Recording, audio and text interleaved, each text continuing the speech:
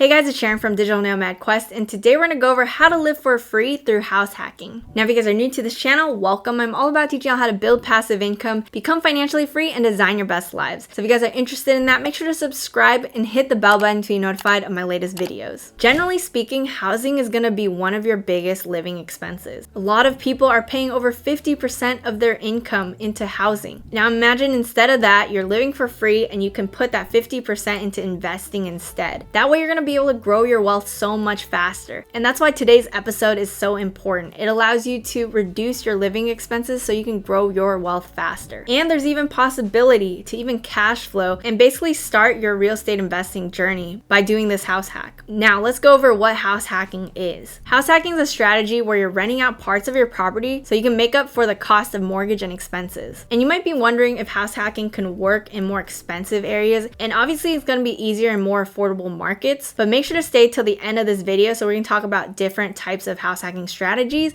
that might work for more expensive areas. Now, the most common way of house hacking is buying a multifamily property and renting out the different units. So say you buy a fourplex for $400,000. A 20% down payment would be $80,000. Then you might get a 30-year mortgage at 3%. So then you're paying $1,349 for principal and interest per month. Now let's say property taxes are $300 per month. Homeowner's insurance is $100 a month. Your total expenses would be $1,984 in this example. And you might want to allot cash reserves. So usually I allot 10% of the rent for future vacancies and repairs. And in this example, we're going to say we're going to get $2,100 for rent. So 10% of that is $210, which means the expenses will be $2,059. So like I mentioned, if you're renting out 3 units and you're living in one of the units, you might get $700 a month for each of those 3 units, which equals $2,100. And $2,100 minus $2,059 equals an extra $41 you're going to pocket every month while you're living rent free in this place. Instead of paying $700 a month, you're going to be able to pocket some money and live for free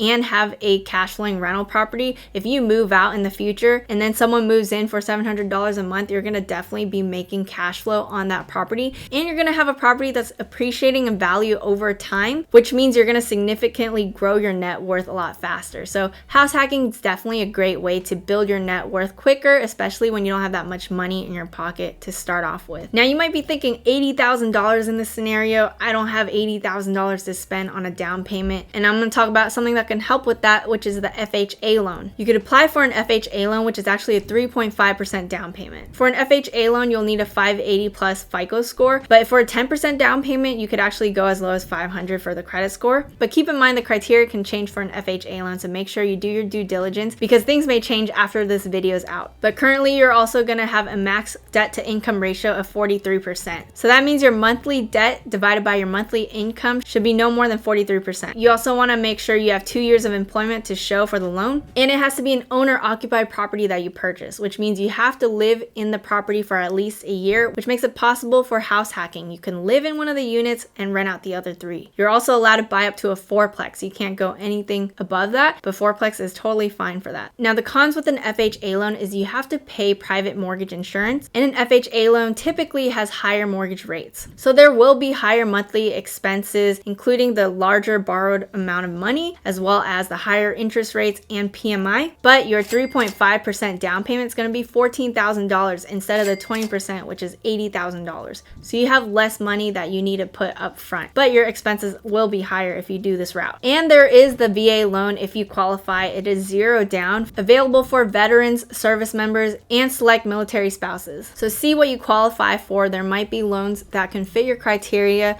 for a lower down payment. Now, if you don't have enough for the down payment, there is something called rent hacking that I won't go into detail with this video, but it might be possible for you to rent out an entire place and then rent it out to other tenants unit by unit or door by door, but you have to see if subleasing is available and you have to see if the numbers make sense in order for you to actually save on rent. But I won't go into detail about rent hacking in this video, but it's something to consider and you could see if it's possible. You're gonna have to do your due diligence around it. Now, some of the downsides with house hacking is you might need to manage tenants if you don't have a property manager in place, which can be some work. And you also have a bit less privacy. You will kind of have your own space if you have a multifamily property and you're renting out by unit, but you're separated by a wall. You could possibly hear other tenants and stuff like that because you're basically buying a complex of units that other people will still be staying in. All right, I mentioned that if you are in a more expensive market Toolkit, I will list out some other strategies that might help you. So one of the strategies is you could rent out room by room instead of unit by unit. Now, my boyfriend actually did this in the past where he rented out room by room, and the rents actually covered a lot of the mortgage and expenses for him. So he's able to reduce his living costs dramatically. So in more expensive markets, it could still possibly work. If you're choosing this route, you're going to need to look for places with higher bedroom count and bathroom count, which will allow you to increase your income more because you're renting out by room. But obviously, you're going to need to give up more privacy and personal space. So you got to see if that's something you're able to do. If you're younger, it's definitely going to be easier to kind of give up that space. If you are living with a girlfriend or something like that, it might be more difficult, but you got to see what you are comfortable with. I think one of the best ways when you're renting out the rooms is you might want to look for friends or friends of friends who might want to live with you. That's what my boyfriend did, and it allows you to have more trustable tenants. But you could also look on Craigslist or Facebook groups and stuff like that to find other tenants to live with you. And if you want to go further, you could possibly live in the living room of the place you purchased and then put up a divider. And then that way you can rent out more rooms for your tenants. So that means more rental income for you, right? I've actually seen this happen. Back in the day, I used to rent a place where I lived in one of the rooms with roommates, and then one of the roommates lived in the living room with a divider as well for his privacy. But still, there's not that much privacy when you're living in the living room. But it's something to consider, especially if you're young. This is a way to save money or possibly even cash flow as well.